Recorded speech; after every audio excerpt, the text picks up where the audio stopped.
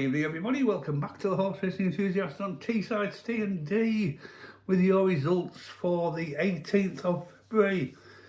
What a good end to the day, a very good end to the day, but could have been an excellent end to the day in the very last race tonight at Kempton.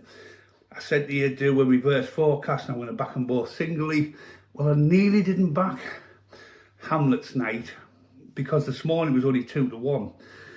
Fortunately for me, I did back it and managed to get 7-2 best odds guaranteed with a pound win on it.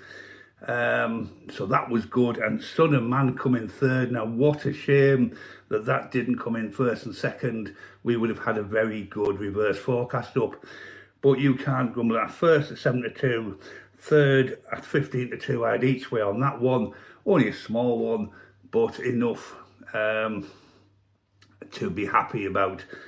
And well done to young Rob down there in Cornwall, who put a nice couple of decent wad on Hamlet's Night. A nice little win there for your little team, Rob, so well done. Right, let's have a look at today's results then.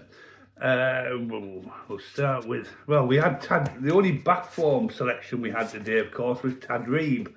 Now, obviously, Ste&Dee was a 11 runners, I think, in the race, but Sky were the only ones offering 4 places. Didn't think Ste&Dee would win today, but I thought it certainly had a chance of getting in the top 4, so I backed it each way via Sky Bet SP. So got a little bit back there too.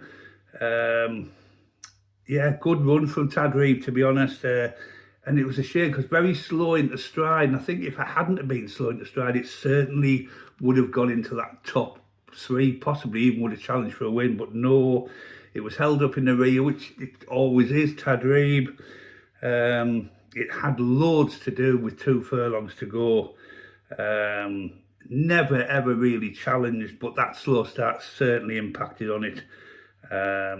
But certainly one to note for the future, Ste&Dee. Not a bad one really. Amazing price as well. I mean, that was 6-1 last night, that, and went off at 18-1. So the prices have been a little bit crackers today, really. There's been a lot of drifters, and I mean big drifters today in the racing. Right, let's so that was the 6 o'clock. Right, this afternoon, now obviously because we only had one back form selection, I'll give you some 4-step selections today. Some I hadn't done for about 10 days, so I was a bit like that with them. One of them for definite I wouldn't have touched if I'd have known it was going to be that price.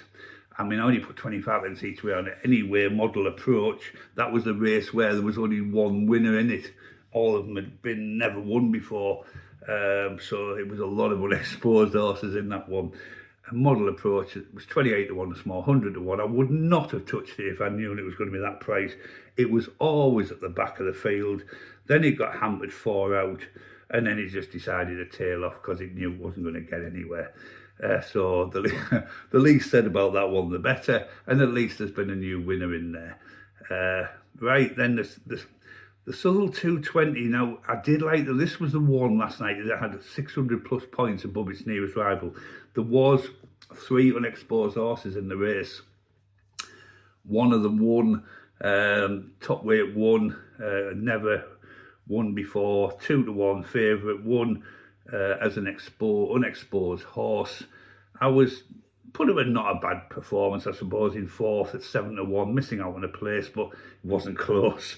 Wasn't close at all. I mean, it was in touch. It was doing quite well. It was running well, and then it wasn't fluent at the 5th, and then it became very untidy at the 11th, and then it made a terrible mistake, 4 out, and then, well, basically faded dramatically after that. So it was a race full of mistakes from good work. So to have all them mistakes and still finish 4th, I suppose, was quite credible, really.